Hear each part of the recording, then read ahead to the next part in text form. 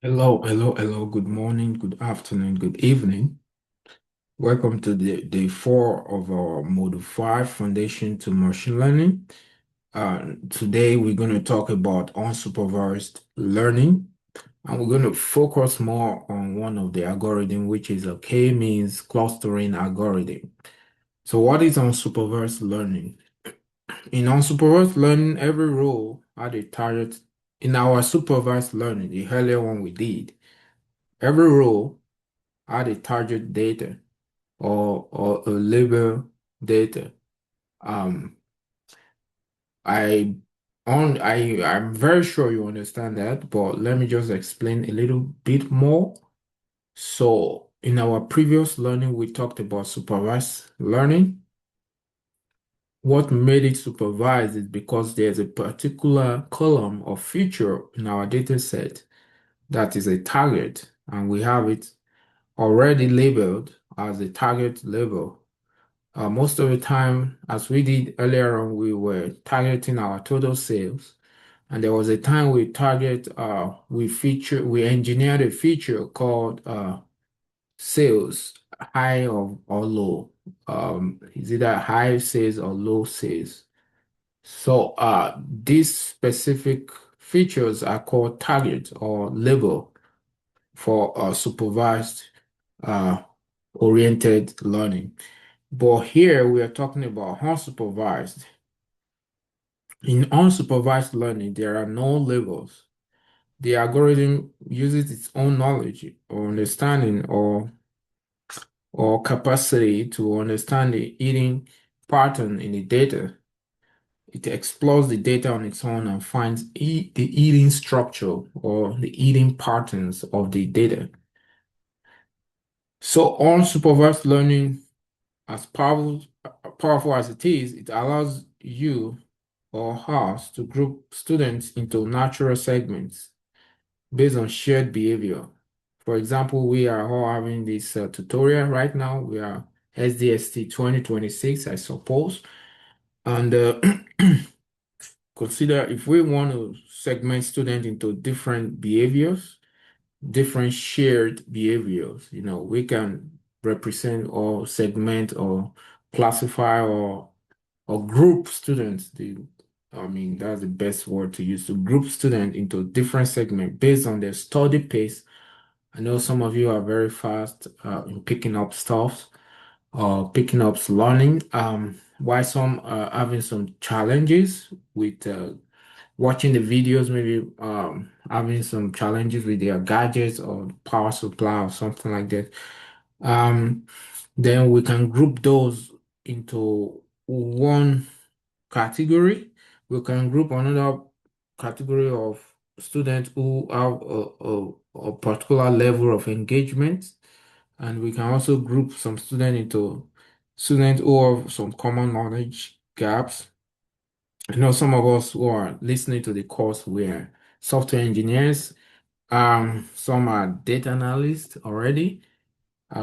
So those kind of people, we we cannot compare them with someone that has not even had what is called data analytics before, or someone who has never had any experience in this area. So we have knowledge gaps students, so we need to group those kind of students in a particular segment, just to identify who might need specific intervention or to identify who in the future will be a good fit for this track that we had, the tech track, right? Without requiring pre-labeled sources data. So considering our current data set or students that we have for SDST 2026, let's throw it into a particular model. And based on our information that we have on those students, based on their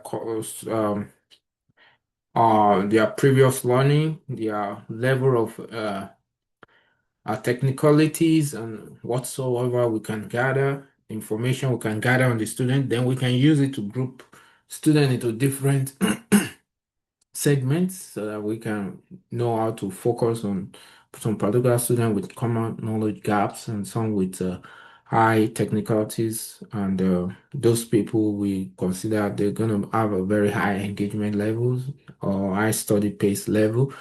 Um, so this is just what unsupervised learning is all about.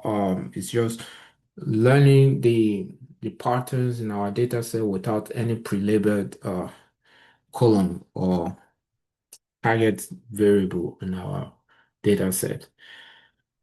So real world examples of some specific problem that we can have here. I have a table that is giving us a knowledge on uh, all different problems that you could have and different unsupervised tasks that we can use or algorithm that we can use for this type of problem. So the first one is supermarket wants to group customer by shopping behavior. This is typically a clustering problem because we want to group customers by their behavior. Um, so that's clustering. A bank wants to find an unusual transaction. That's an unsupervised problem. But the algorithm that we're going to use is anomaly detection because it's unusual. You want to flag an unusual transactions. Uh, if you remember, we talked about an outlier all that time. So we don't outlier is something we don't really get often in our data set, but once in a while it comes, it spikes up. So these are outliers and anomaly detections can be used to flag this kind of scenario or situations when we have them in our data set. Or then the next one is a news site wants to group articles by topics.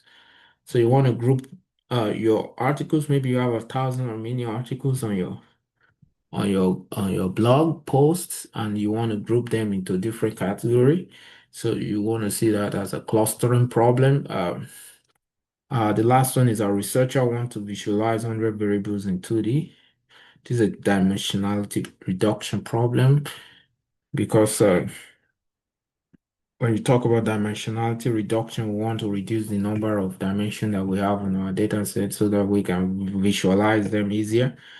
But today let's talk more about clustering, which is the ID algorithm currently in the industry that is used for clustering, and it is that is used for unsupervised learning rather, and it is called k-means clustering. So k-means divide data into k groups. The k here is the number of groups in the cluster. So where each point belongs to the cluster, whose center is closest to it. Each group belong, each point rather belongs to the cluster. The cluster itself is the group.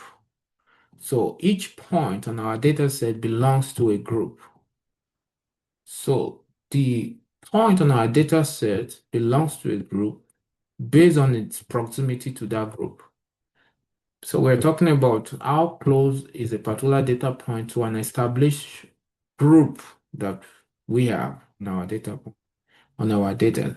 So this is pretty much an iterative problem, iterative scenario solution. So you get this by iterating multiple times and calculating the distance between a particular data point and the established group that we have, and seeing how far is it from the centroid of the particular group that is closest to it. So the closer the data point to a particular group, then the more likely that we're going to classify that data point as part of that group. The farther away it is from a specific group, then the more unlikely we're going to classify that data point to be part of that group. I know this is pretty much a jargon right now, but whenever you try hands-on on clustering problem, you will get to understand this. So the main the steps to take is the first thing is to identify the number of groups that we want, and there's a way we do that using the Hebel method. We're going to talk about that very soon. So you place the k random center point as soon as you know your k, your number of groups that you want to establish in your data.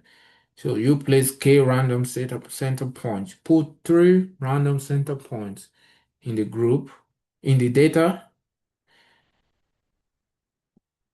These three random center points are called centroids for your data. So a centroid is particular, if a centroid is particular to a particular a group. So for this problem, let's say we have three groups, then we have three centroids in our group. So you assign every data point to its nearest centroid. So this is more of a calculation. So for every data point you have, you calculate the distance between 2 points and see the one with the least distance to a particular point, you will assign that data point to that group. So you move each centroid to the average position of its assigned point. So as soon as you assign all the points, then you now move the centroid to a position whereby the within cluster distance is minimal. So you repeat this step until centroid stops moving. Uh, think of it like this. Imagine you drop K number. Imagine you drop K magnet into a map of market transactions. Each transaction is pulled to its nearest magnet. Then each magnet moves to the center of its group. So you repeat this until it's stable. Now, uh, the Hebel method for optimal K, it's here.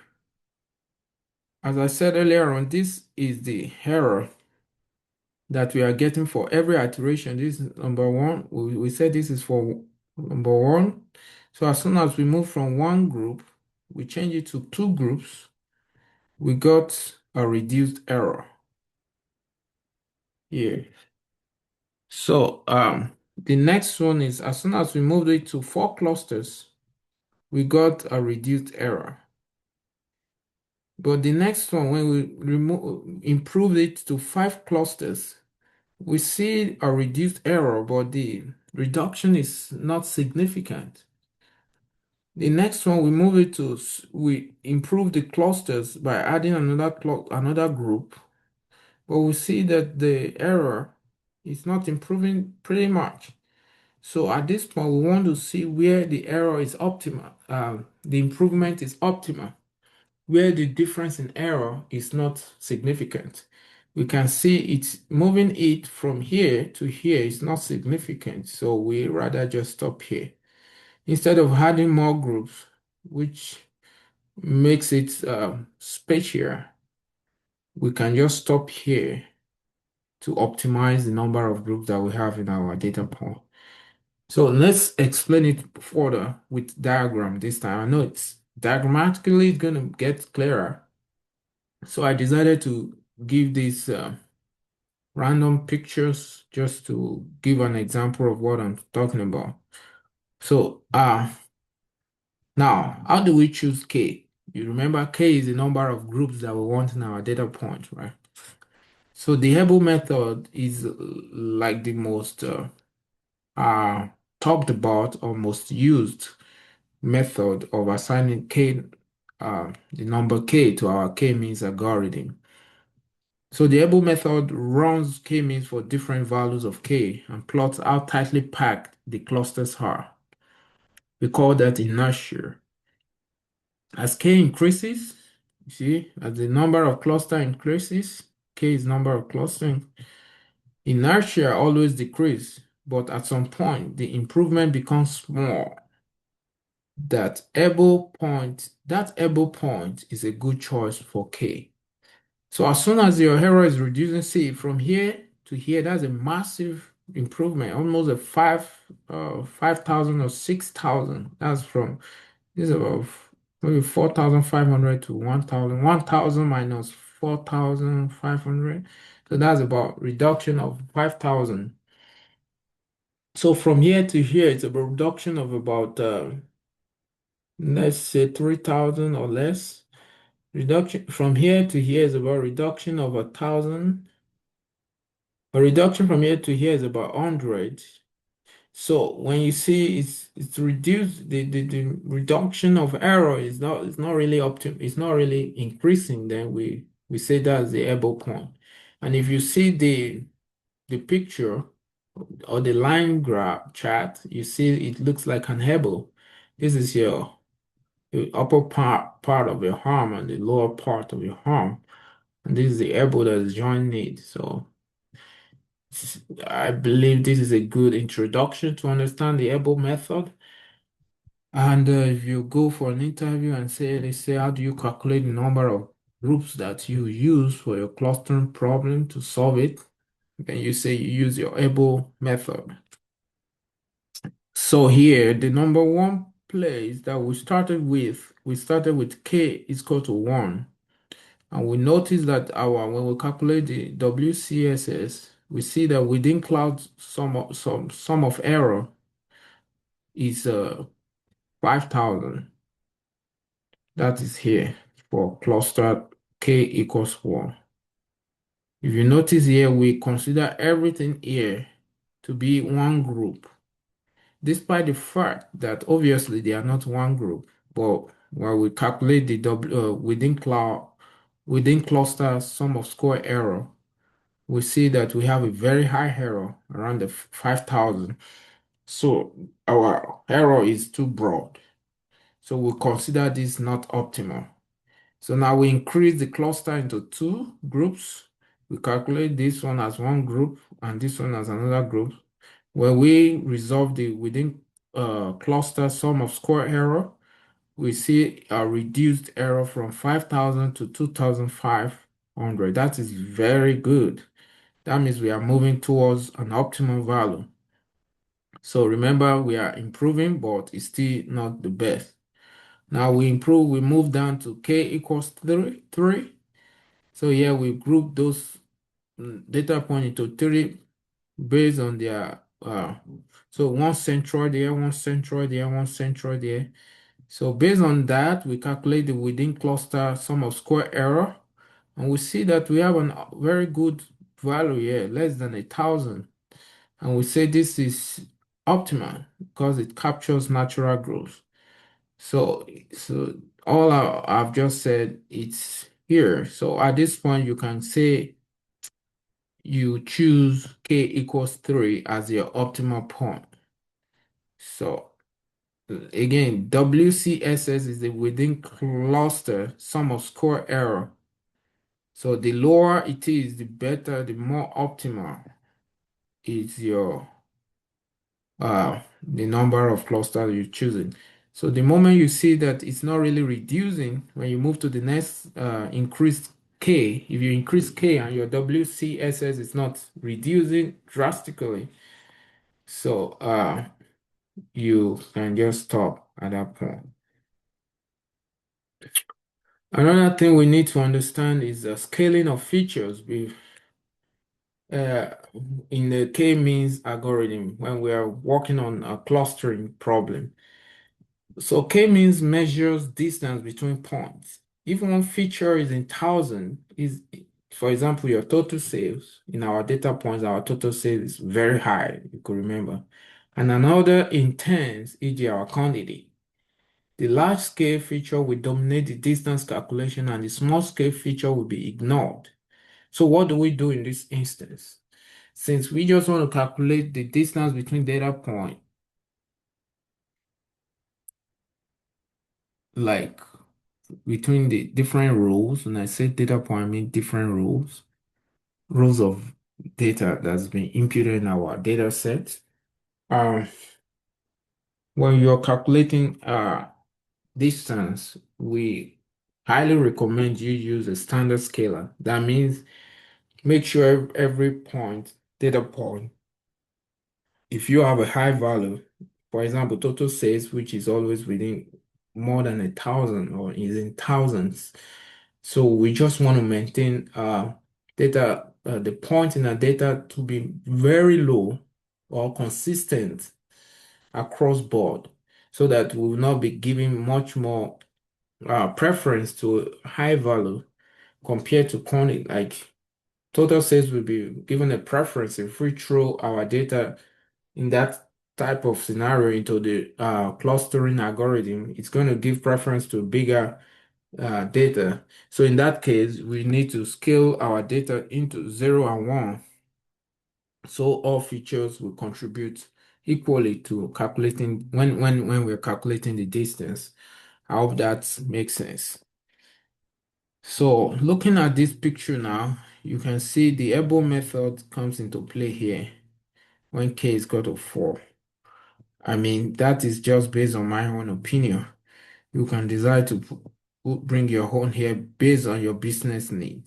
So I rather say from my data point here, I prefer to have 4 groups in my data point. So another thing is, I mean, let's emphasize on what we're talking about when we're talking about calculating our number of clusters, the Hebel plot. So the y-axis represents the inertia here and measures how spread out the points are within each cluster. So the lower it is, the tighter the cluster. So the lower it is, the tighter the cluster. As well, we must consider the number of clusters should be not to be too many, so that we will not lose uh, our categories, important categories. So going from k equals to 2 to k equals to 3 usually gives a big improvement. At some point, adding more cluster gives diminishing return. The elbow is where the curve bends. That is your recommended k. Remember, there is no single correct answer here. This is pretty much an exploratory analysis. That is, you are looking for K that makes business sense and gives interpretable groups. So here is just the cluster based on our existing data, but our current data is not the best that we can use to do a group clustering to group. I'm not sure the best data point or data set to use for clustering algorithm. But based on what we have here, we can just give a name to every cluster, which is the usual method that we use or the steps that are taken when we're doing a clustering algorithm. We create the chart. When you see the chart, you group the data point into different group, and you end up giving them their name. For cluster 0, we say is the one with low quantity, low price, and low sales, and we say this is for small everyday transactions. And we did for cluster 1 and cluster 2. But remember, in this type of scenario, there's no right or wrong answer here. These labels are just based on our business interpretation. Uh, it depends on the best meaning that you can give your business data point in your business. So it's pretty much it comes from an expert opinion rather than just an analyst opinion. So practice number 4, you can run the cell below, run k-means with k equals 2 instead of k equals 3. Then look at the profiles. What are the 2 groups? Does k equals 2 or k equals 3 gives more useful interpretation of our groups, of the groups in our data set based on your opinion? Well, there's no right or wrong answer here. This is just very exploratory, and I'm just very curious on what you're gonna get here. Just run and observe it. Well, at this point, I will say thank you so much for listening in. This is pretty much very high level, I know, but just take your time. Don't take it too difficult. Take it easy at this point. Run codes, get observation, get an understanding. This is an introductory course. This is for you to understand the basics. We're not here to run into the mathematical jargon or breaking down formulas or something. No, I don't want it to be complicated. Just take it easy, get the core understanding of what we're doing here, and we move on from there. Thank you so much, and I'll meet you in the next class. Keep coding.